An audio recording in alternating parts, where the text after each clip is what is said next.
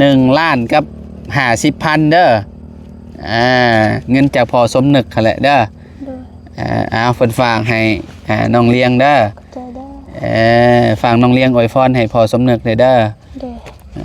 นี่แหละว่าผ่านคลิปนี่เลยล่ะเด้อว้าวเลยเด้อว้าวเลยขอบคุณพอสมนึกที่ให้เงินลูกให้หลานขอให้สุขภาพพ่อแข็งแรงความเจ็บอย่าได้ความไข้อย่ามีปรารถนาสิ่งใดขอให้ได้สิ่งนั้นขอให้อายุมันคนยืนขอให้ครอบครัวมีแต่ความสุขความเจริญ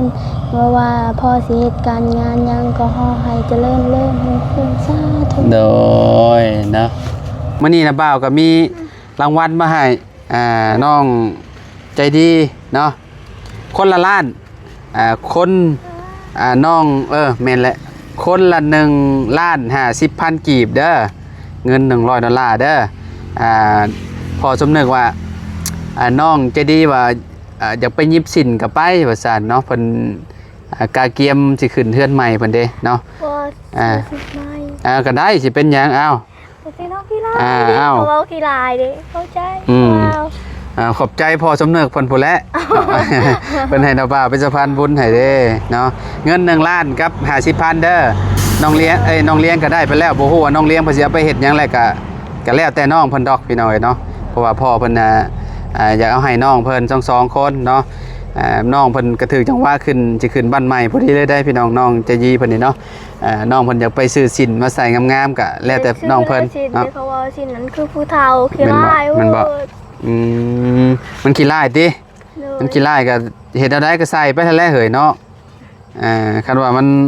บ่ถูกใจก็ไปซื้อเอาใหม่เนาะหรือว่าแนวใดก็แล้วแต่น้องเนาะประมาณเท่าใดผืนนึงเป็นพื้นอยู่แสดงนะงามแสนเท่าใด1,500,000แสนปลายเนาะโอเคเอาแล้วแต่น้องจัดไปโลดซะแล้วแต่เด้อพอเพิ่นเอาเงินให้แหละเนาะมีแต่ฝากเนาะน้องใจดีขอบคุณทางพ่อเพิ่นแน่เนาะพ่อสมนึกเด้ออวยพรโดยใส่เพิ่นนี่ล่ะน้องเลี้ยงลูกขอบคุณพ่อสมนึกที่มอบเงินมาให้ลูกให้หลานขอให้สุขภาพแข็งแรงความเจ็บอย่าให้ได้ความไข้อย่าให้มีปรารถนาสิ่งใดแล้วขอให้ได้สิ่งนั้นและขอให้อยู่มันควรยืนมาใส่ไปใส่ขอให้ปลอดภัยโอเคดีใจนำเนาะดีใจนำ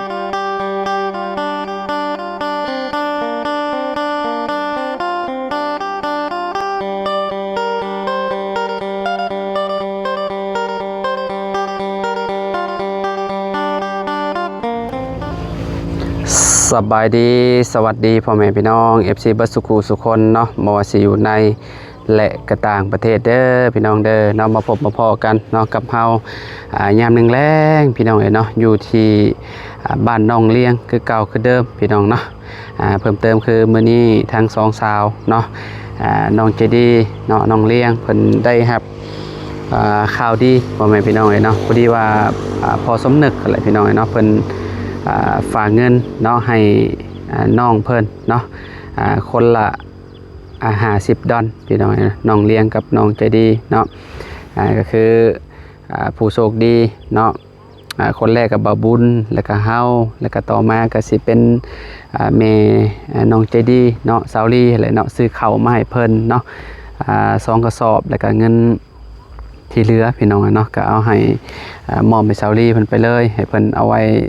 ซื้อแนวที่ว่ามันจำเป็นเนาะไว้ขึ้นเฮือนขึ้นชานไปเลยแหละเนาะพ่อแม่พี่น้องเพราะว่าอีกบ่โดนนี่เนาะทางเฮือนชานลัดแปนน้องเพิ่นก็สิแล้วพ่อแม่พี่น้องเนาะประมาณสร้างมาเฮ็ดอีกมื้อนึงเนาะ2มื้อ3มื้อก็จักว่าสิสำเร็จบ่จักเฮือนน้องใจดีแล้วก็สิจ่ายค่าสูงค่าสร้างเพิ่นแล้วก็หามื้อหาเลิกหายามเลิกงามยามดีเนาะขึ้นบ้านใหม่น้องเต็งจริงโมเมนต์โอ้ยพี่น้องเต็งจริง น้องเต็งจริงแล้วไปแต่โดนแหละเนาะน้องใจดีเพิ่นเนาะหามืองามมือจบมืองามแล้วก็จัดการเลยได้พี่น้องเนาะให้เพิ่นขึ้นอยู่เฮือนหลังงามๆและเพราะว่ายามนี้ก็ยามพ้นเลยเด้เนาะเวลาฝนตกพาลงก็โอ้ยเนาะอยู่เฮือนหลังนั้นก็ เปียกเปียไปเลยเวลาผลศาสตร์มาเนาะพี่น้องเนาะมื้อนั้นเห็นบ่เครื่องมือสร้างนะผลศาสตร์เขาโอ้เกือบตายเบิดเนาะดีแต่มันยังกลับมาใส่งานได้พี่น้องเนาะแม่นโอ้ยสร้างได้ซื้อเครื่องมือใหม่นี่โอ้ยเท่าใดล้านบ่แล้วพี่น้องเนาะเอามื้อนี้เฮาก็สิมอบเงินให้เนาะคนละ10 ดอลก็เป็นเงินกีบก็1 ล้านกับ50,000 กีบเนาะน้องเลี้ยงก็ได้อยู่1,50,000แล้วก็น้องใจดีก็สิได้อยู่1 ล้านกับ50,000พอดีเป็น2 ล้าน1แสนเนาะพี่น้องเนาะ$100นี่แหละเนาะประมาณนี้เนาะก่อนอื่นก็ต้องขอบคุณเด้อทางพ่อสมนึกหลายๆเนาะที่ให้ดูเป็นสะพานบุญให้เนาะก็ขอให้พ่ออยู่ดีมีแห้งความเจ็บบ่ให้ได้ความไข้บ่ให้มีปรารถนาสิ่งใดก็ขอให้ได้สิ่งนั้นเด้อนอนหลับให้ได้เงินหมื่นนอนตื่นให้ได้เงินแสนบ่ว่าพ่อสิเฮ็ดธุรกิจหยังค้าขายหยังก็ขอให้เจริญในหน้าที่การงานตลอดปีและตลอดไปเด้อพ่อเด้อขอบคุณหลายๆที่ให้ลูกเป็นสะพานบุญให้เนาะยังบ่จบอีกได้พี่น้องเอ้ยเนาะพ่อเพิ่นก็ได้ให้เฮาเนาะซื้ออาหารการกินมื้อขึ้นบ้านใหม่น้องใจดีเพิ่นนี่แหละพี่น้องเนาะแล้วก็ถ้าเบิ่งนํกันเนาะแล้วก็ซื้อเครื่องนอนเนาะมามอบให้น้องใจดีเพิ่นนี่แหละมื้อใกล้ๆสิขึ้นเฮือนเพิ่นพุ่นแหละเนาะเดี๋ยวจังสิจัดแจงมาให้เพิ่นเนาะพ่อแม่พี่น้องเนาะประมาณนี้แหละเนาะเอาเดี๋ยวขอไปหาทางน้องเลี้ยงเพิ่นก่อนพี่น้องเอ้ยปู่ให้เพิ่นถ่าอยู่บนดินใหม่เพิ่นปู่พี่น้องเอ้ยเนาะก็สิไปพูดคุยกับน้องเพิ่นก่อนเนาะเอาไปลมกับน้องเลี้ยงเพิ่นกันเลยพี่น้องแล้วก็สิไปหาน้องใจดีได้ยินข่าวว่าปวดท้องว่าซั่นเนาะ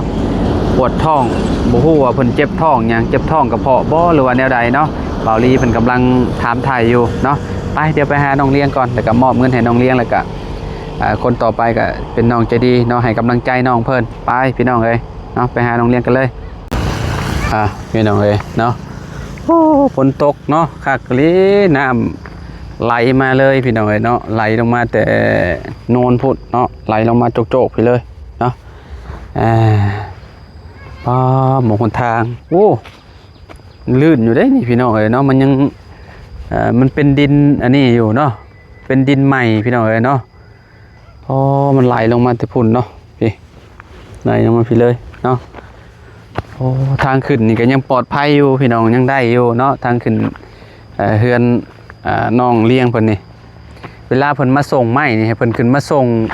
อยู่เทิงพี่บ่หรือว่าเอาไว้อยู่พุ่นก่อนเนาะกบก่อนบอกพี่น้องเอ้ยเนาะกบก่อนแล้วเนาะจังเอามาประกอบอยู่พี่เนาะแน่นแล้วบาทนี่ถือว่าโอเคแล้วพี่น้องเอ้ยเนาะถ้าบ่เฮ็ดร่องนี่เรียบร้อยได้นี่พี่น้องนี่แต่ยังเฮ็ดร่องเนาะเฮ็ดร่องน้ำไหลลงพุ่นถ้าบ่เฮ็ดร่องนี่ป้าตะน้ำมองนี่สิเป็นจังได๋บุนี่ถือว่าเปียกเบิดเลยก็สิเป็นคุมเป็นบ่อแท้แหละพี่น้องเนาะแต่ว่านี่เนี่ยบ่อนั่นพี่น้องเนาะบ่อรูปบ่อโกดเนาะยังซ้ำเก่าอยู่เนาะปูเขื่อนก็เอาเยี่ยงไปพุ่นแหละพี่น้องเอ้ยเยี่ยงไปพุ่นเนาะใครแน่เนาะก็ถือว่าผ่านพ้นอยู่พี่น้องมองนี่เนาะบ่อันเป็นเหวปานใดเนาะมุมนี้เนี่ยมันก็สีลงไปแบบนี้เลยถ้ามีอันท่อวางจะว่าโอเคบ่จักเนาะ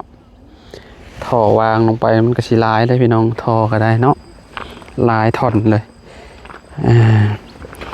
พาด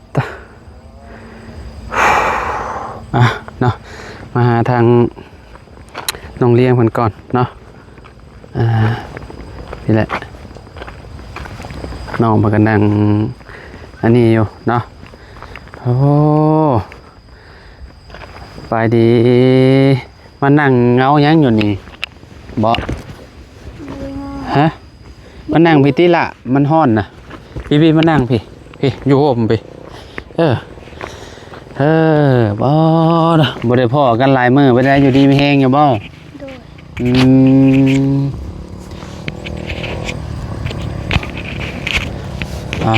เนาะเธอไปใส่ข้อมือนี่ ไม่ได้ไปใส่ อยู่เฮือนบ่ โดย ก็มานั่งเหงาอยู่แท้คิดเรื่องหยังอ่ะนี่ ไม่คิดนะ บ่พ่อไปใช้พ่อเจ้า ขออยู่งานบ่สบาย บ่สบายเอาเพิ่นเป็นไข้อีกบ่ โดย จังมื้อแหละเพิ่นเป็น หลายมื้อ หลายมื้อแหละฝนตกมื้อนั้นแฮงเนาะคือสิแฮงขังแฮงแหน่พี่น้องเอ้ยเนาะน้ำแถวนี้จนแบบไหลเบิดเลยเด้แถวนี้พี่น้องนะสังเกตแบบมองทางน้ำน้องเฮือนน้องกองมีเพิ่นน่ะคือแบบมันสิเอาอันนี้ไหลลงไปเลยพี่น้องเอ้ยเนาะเอาดินที่เฮาปรับนี่แหละเนาะทางนี้มันก็ไหลจะบ่เลียงหรือว่ามันตันแต่มองหันบ่ น้ำหูกันไม่ได้เบิ่งยามฝนตกเด้อยู่เฮือน อืมสมมุติว่าเฮาตั้งเฮือนเนี่ยเฮาก็สิตั้งหม่องนี้แหละพี่น้องเอ้ยเนาะเฮือนน้องเลียงนี่นะบ่าวว่าสิสั่งไม้มาว่ะสั่งไม้มาอันพวกโครงมันหั่นแหละพวกโครงห่างพวกอันนี้มันอืมพร้อมอยู่บ่ฮะหรือว่าหยุดหรือว่าแบบ พ่อ ฮะ พ่อ แล้ว ไม่เรียกว่าอันผักก่อนบ่เพิ่มช่างมา กันขึ้นเฮือนจะดีก่อนก็ได้ ขึ้นเฮือนจะดีกับยังดนอยู่ยังหลายมืออยู่สั่งให้ก็เจ้าเอาไม้มาก่อนบัดฮอดมือมันเฮาก็ลงมือเลยหั่นนะเฮาก็กบไม้กบตอกแล้วก็ต่อเฮือนเจ้าเลยก็หา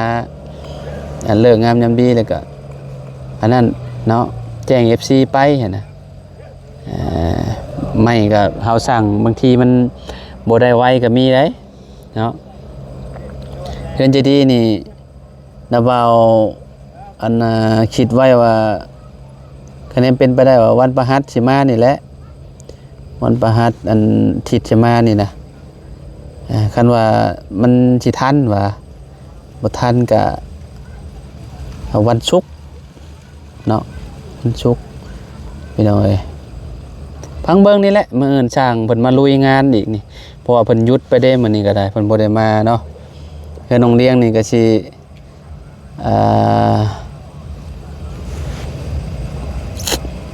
เอาไฟอยู่ใส่บัดนี่ เอาไฟเฮือนจริง เอาไฟอยู่หันยังบ่ได้มาบ่ งานหันมา ว่าเฮือนนั่นเฮือนชาวมียังบ่มาบ่ไฟเอ้าคือยังบ่มา ก็บ่ฮู้คือกัน เพ ราะว่าหลายเดือนเพิ่น พระเจ้า บาง ว่า ทีก็หลายเดือนแล้วว่ะ พระเจ้าว่าหลายเดือน ไม่ยังตัวว่ะ คือว่าสั้น ก็ฮู้คือกันยังบ่ทัน ไผเป็นคนเว้า ได้ยินอันนั้นสร้างเฮ็ดไฟเห็นเด้ สร้างเห็นไฟว่าประมาณ 3-4 เดือน เนาะแล้วว่าบางทีก็เดือนหนึงบางทีก็หลาย แต่ว่าเฮือนจริงๆนี่ก็ถือว่าโชคดีเด้อเนาะไฟประมาณทิศเดียวหนึงได้เด้อพี่น้องเอ้ยเนาะได้ใส่ไฟแหละแสดงว่าเฮาก็จะยืมไฟจริงๆจริงๆอีกแล้วนี่จริงๆมาใส่กบไม้กบตอกเฮือนน้องเลี้ยงเพิ่นอีกแล้วพี่น้องเอ้ยเนาะดึงจากต้นมะม่วงพุ่นแล้วพี่น้องต้นมะม่วงต้นนั้นอีกแล้วนี่น้องเลี้ยง เด้อ ต้นมะม่วงต้นนั้นแหละฟาดอยู่สูงหมดแล้วพี่น้องเอ้ยเนาะข้ามมาพี่แล้วโอ้แนมไปแต่ไกลก็คักเนาะบัดนี้เนาะโอ้พี่น้องเอ้ยเนาะโอ้คักบัดนี้เนาะถือว่าได้การแล้วพี่น้องเอ้ยเฮือนน้องใจดีเนาะว่าสิแก้ไขร่องน้ำพี่น้องเอ้ยเนาะแก้ไขขุดร่องน้ำให้มันพุ่นแหละให้มันไหลลงไปพุ่นเนาะให้มันไหลลงไปทางล่างพุ่นพี่น้องเอ้ยเนาะเพราะว่าเวลาฝนตกแล้วมันไหลเข้าน้ำไหลเข้ากองตารางลาวพี่น้องเอ้ยเนาะเนาะทางน้องเลี้ยงมันกับมานั่งแย่งเบิ่งเนาะนั่งแย่งเบิ่งดินนี่แหละดินปรับใหม่นี่แหละพี่น้องยังบ่มีเฮือนกะมานั่งแย่งดินก่อนเนาะถ้าเฮือนแล้วก็ซำสิค่อยบาดนี่เนาะ เด้อ มากบ่เฮือนแบบว่าใส่ลูกติ่งแอมเบิดเลย ยังบ่ฮู้เถอะ แอมแบบนี้นะสมมุติว่าเฮือนจะดีเนี่ยบ่ได้แอมนะทางมองลูกติ่งนะบ่แอมครึ่งหนึงอะนะใส่ลูกติ่งแอมเบิดเลยหั่นน่ะ มากบ่ใส่ลูกติ่งแอมเบ่เลยบ่แอมพาเฮือนจะดีหั่นน่ะ แบบใดก็ แอ ได้ มแต่แบบว่าห้องนอนเฮาซื่อๆน่ะใกล้หันก็ใส่ลูกติ่งเบ่เลยแอมเบ่เลย แบบนั้นก็ได้ ฮะ แบบนั้นก็ได้ อ้าวมักซะบ่ บ่ว่าบางทียันมันนั่นน่ะเด้ข่อยยันมันพ้นมันสาดเขาว่าคิดว่าได้นะบ่าวว่าได้เด้อนะบ่าวสิเอาให้เบิ่งเอาแบบเพื่อนให้น้องเลี้ยงมันก่อนพี่น้อยเนาะว่าจังใดคักอยู่บ่ น้ำยุด งามอยู่ติให้เลือกเนาะคันว่ามักแบบนี้ก็เอาแบบนี้หรือว่าเอาแบบใจดีก็เอา ก็คือแอมครึ่งหนึงแล้วก็ใส่ลูกติ่งครึ่งหนึงเนาะแบบนี้แบบว่ามันเวลาฝนตกมากอะก็สิเปียกอยู่พี่น้องเนาะเพราะว่ามันเหลือครึ่งหนึงเด้มันก็สิสาดเข้าแล้วอย่างลูก เอาโหนี่พี่น้องแบบบ้านนี่เนาะแต่แบบนี้ก็ดีคือกันได้แบบนี้นะคันว่าจะก่อตารางก็ได้นะมันก็สิเป็นแบบเพื่อนสองสั้นเด้ไม้ครึ่งหนึงฮิทรายครึ่งหนึงปูนครึ่งหนึงซะดอกพี่น้องเอ้ยเนาะแต่ก็ไปซื้อเสาปูนนี่อีกก็โอ้ราคาหลายแหละพี่น้องนี่เฮ็ดแบบนี้นะก่อตารางก็ได้ใส่อิฐบล็อกก่อเลยเนาะก่อห้องนอนอีกก็ได้อยู่ข้างล่างก็คักไปอีกแบบนึงเนาะแต่ว่างบมันก็สิค่าสูงค่าสร้างก็สิเพิ่มขึ้นหลายแล้วเพราะมันเป็นเสาดินเด้อยู่ข้างล่างแต่พวกไม้เฮาก็เฮ็ดแน่นหนาก็โอเคแล้วเฮาฝังดินซื้อเสาปูนมาฝังจาก30-40 เซนเนาะพี่น้องเอ้ยใส่ดินมันสียาวๆแน่แล้วก็ฝังดินเอาเนาะเอาเทฐานมันก่อนเทฐานเอาสิเอา90 เซนบ่ฝังดิน40บ่หรือว่า50ก็ว่ากันไปเนาะคันว่า80นี่ฝัง40เหลือ40นี่ก็มันสิคักอยู่บ่พี่น้องคอมเมนต์มาเบิ่งดู FC แต่ละคนน่ะคอมเมนต์มาเบิ่งแน่เนาะเฮาสิเฮ็ดเสาบากเด้เฮาสิเฮ็ดเสาบากบ่ฮู้ว่าค่าสร้างสิเท่าใดเด้อบาดนี้สมมุติว่าเฮาให้เพิ่นขุดฝังเอาน่ะเจ้าสิเว้าอีกแบบหนึงบ่จักพี่น้องเอ้ยเนาะเพราะว่าเฮือนอยู่หม่องสูงก็อยากให้มันแน่นหนาเด้เนาะอ้าวน้องหมาก็แล่นมาแช่ๆบาดนี้เนาะก็สิประมาณนี้แหละพี่น้องเอ้ยเนาะทางน้องเพิ่นก็ช่วงนี้กันภาคโรงเรียนบางทีก็ไปหาหน่อไม้เนาะเห็นในคลิปก็ว่าไปหาหน่อไม้อยู่ไปหาหน่อไม้ ฮะ หาหน่อไม้ หาหน่อไม้บ่พี่น้องเอ้ยเนาะพี่น้องเอ้ยเนาะประมาณ3 เดือนพุ่นจังเปิดเทอมบัดนี้เนาะช่วงนี้หาหน่อไม้มาขายหลายๆเด้อมันบ่มี มีบ่เมื่อคืนนี่ฝันเห็นยังเมื่อคืนนี่บ่ฝันเลยเนาะไปแล้วฉันเอาบ่าวจบคลิปก็เด้อพี่น้องเอ้ยเนาะ โอ้ยพี่น้องเอ้ยเนาะจักเป็นจังไดน้องเลี้ยงมื้อนี้เนาะรู้สึกว่าเงางิ้วๆพ่อแม่พี่น้องเอ้ยเนาะโอ้ยเนาะถามว่าฝันหยังก็บ่ฝันว่าซั่นแล้วกันฝันว่าได้เงินก็สิให้เงินอยู่ดอกมื้อนี้น่ะไม่ได้ฝันฮะไม่ได้ฝันบ่ฝันเลยเนาะพี่น้องเอ้ยเนาะน้องบ่ฝันก็มื้อนี้ก็ถือว่าโชคดีแล้วมื้อนี้มีโชคหล่นทับแล้วมื้อนี้นะเนาะเงิน1 ล้านกีบพี่น้อง1 ล้านกับ50,000เด้อ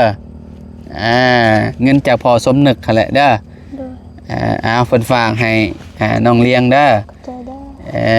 ฝากน้องเลี้ยงอวยพรให้พ่อสมนึกเด้อนี่แหละว่าผ่านคลิปนี่แล้วล่ะเด้อว้าวเลยเด้อว้าวเลย ขอบคุณพอสมนึกที่ให้เงินให้ลูกให้หลานขอให้สุขภาพพ่อแข็งแรงความเจ็บอย่าได้ความไข้อย่ามีปรารถนาสิ่งใดขอให้ได้สิ่งนั้นขอให้อายุมันคนยืนขอให้ครอบครัวมีแต่ความสุขความเจริญเมื่อว่าพ่อสิเหตุการงานยังก็ขอให้เจริญเริ่มขึ้นสาธุ โดยเนาะขอบคุณทางอาจารย์ลาวทั้งเด้อที่ เป็นสะพานบุญให้ เป็นสะพานบุญให้ขอให้แต่ละคนสุขภาพแข็งแรงความเจ็บอย่าได้ความไข้อย่ามีปรารถนาสิ่งใดขอให้ได้สิ่งนั้น ขอบใจหลายๆได้เงินเลยคือสิโมงเอาบันไดที่เนาะยิ้มแน่เห็ดอันคือคนบ่มีเหือมีแหงมันก็เบิ่งมันก็บ่สดชื่นได้เนาะ FC เบิ่งมันก็สิเมื่อยนำเนาะมีหยังก็เก็บไว้ก่อนเนาะ โอ้พี่น้องเนาะอ้าวก็ประมาณนี้แหละพี่น้องเดี๋ยวคนต่อไปก็สิเป็นน้องใจดีเพิ่นเนาะเดี๋ยวไปมอบเงินให้ใจดีเพิ่นก่อนพี่น้องเนาะโดยเอาสบายดีก่อนละตอนนี้น้องใจดีเพิ่นก็มาแล้วเนาะสบายดีใจดีสบายดีอีกรอบนึงเป็นจังไดล่ะเจ็บท้องไข้แน่ล่ะบ่คล้ายๆได้กินยา โอ้ยบ่กินข้าวนั่นแหละเนาะอันตรายได้เจ็บกระเพาะนี่พี่น้องเนาะเฮาก็เคยมาแล้วเนาะเจ็บท้องคือแบบ โอ้เฮาไล่เถื่อน ใจคือสิขาดเนี่ยเวลาเฮาเจ็บมาพี่น้องเนาะมันปวดจิ้วเขาเลยเนาะคนเป็นโรคกระเพาะอันตรายเนาะเอ้ามื้อนี้นะบ่าวก็มีรางวัลมาให้น้องใจดีเนาะคนละล้านคนน้องแม่นแหละคนละ1,50,000 กีบเด้อเงิน$100เด้อพอสมนึกว่าน้องใจดีว่าอยากไปยิบสินกับไปว่าซั่นเนาะเพิ่นกาเกียมสิขึ้นเทือนใหม่เพิ่นเด้เนาะก็ได้สิเป็นหยังเอ้าสิน้องขี้ลายเว้าขี้ลายเด้เข้าใจขอบใจพอสมนึกเพิ่นพู้นแหละ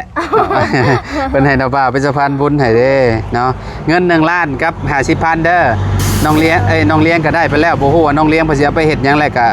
ก็แล้วแต่น้องเพิ่นดอกพี่น้องเนาะเพราะว่าพ่อเพิ่น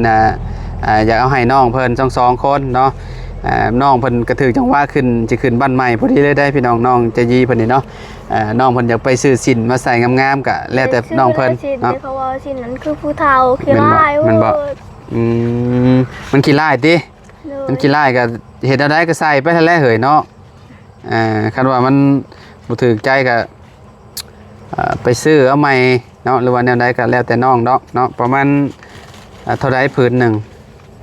พื้นละเป็นพื้นอยู่เสด็จนะงามแสนเท่าใด1,500,000แสนปลายเนาะโอเคเอาแล้วแต่น้องจัดไปโลดซะแล้วแต่เด้อพอเพิ่นเอาเงินให้แหละเนาะมีแต่ฝากเนาะน้องใจดีขอบคุณทางพ่อเพิ่นแน่เนาะพ่อสมนึกเด้ออวยพรโดยใส่เพิ่นนี่ล่ะน้องเลี้ยงลูกขอบคุณพ่อสมนึกที่มอบเงินมาให้ลูกให้หลานขอให้สุขภาพแข็งแรงความเจ็บอย่าให้ได้ความไข้อย่าให้มีปรารถนาสิ่งใดแล้วขอให้ได้สิ่งนั้นและขอให้อยู่มันควรยืนมาใส่มาปามาใส่ไปใส่ขอให้ปลอดภัยโอเคดีใจนำเนาะดีใจนำน้องทั้งสองเพิ่นเนาะได้เงินคนละ1ล้านกับ50,000เนาะทางน้องเพิ่นนี่ก็คือได้ไปก็สิว่าสิไปจัดสินใหม่ว่าซั่นเนาะเพราะว่าสิขึ้นเฮือนแล้วเด้เนาะเมื่อนั้นพี่น้องก็สิให้เพิ่นเล่าอันนี้ประตูยังให้มันติดแน่นหนากว่าเก่าพี่น้องเนาะเมื่อกี้นี่ไปอ่านมาคอมเมนต์ FC ก็ว่าโอ้ขุดร่องน้ำมาถึกแล้วว่าซั่นเนาะขุดร่องน้ำเด้ออาจารย์เด้อว่าซั่นเนาะบ่ขุดก็บ่ได้มันก็สิบ่งามว่าซั่นเนาะมันสิไหลไปพุ่นมันเรื่องของเรื่องน่ะฝนตกพี่น้องฝนตกถึกจังหวะกับเจ้าเทพอดีเลยพี่น้องเทพื้นพอดีเลยเนาะน้ำมันหล่นไหลลงไปแล้วมันก็มีขี้ดินโอบเต็มหมดเลยพี่น้องเนาะโอเคนะบ่าวไปป้าเลยเด้ออยู่ดีไม่แห้งเนาะขอบคุณทางพอสมนึกละลายเด้อพอเด้อ มื้อนี้ลูกก็มามอบเงินให้น้องเพิ่นทั้งสองเป็นที่เรียบร้อยแล้วข้าวน้ำซ้ำปลาก็มอบให้เป็นที่เรียบร้อยเลยเด้อพอเด้อมื้อนี้ภารกิจเนาะเฮาก็มีแต่ซ้ำนี้เนาะมื้ออื่นพ่อกันใหม่เนาะเอาสบายดีเด้อน้องๆเด้อไปพี่น้องเอ้ยเนาะ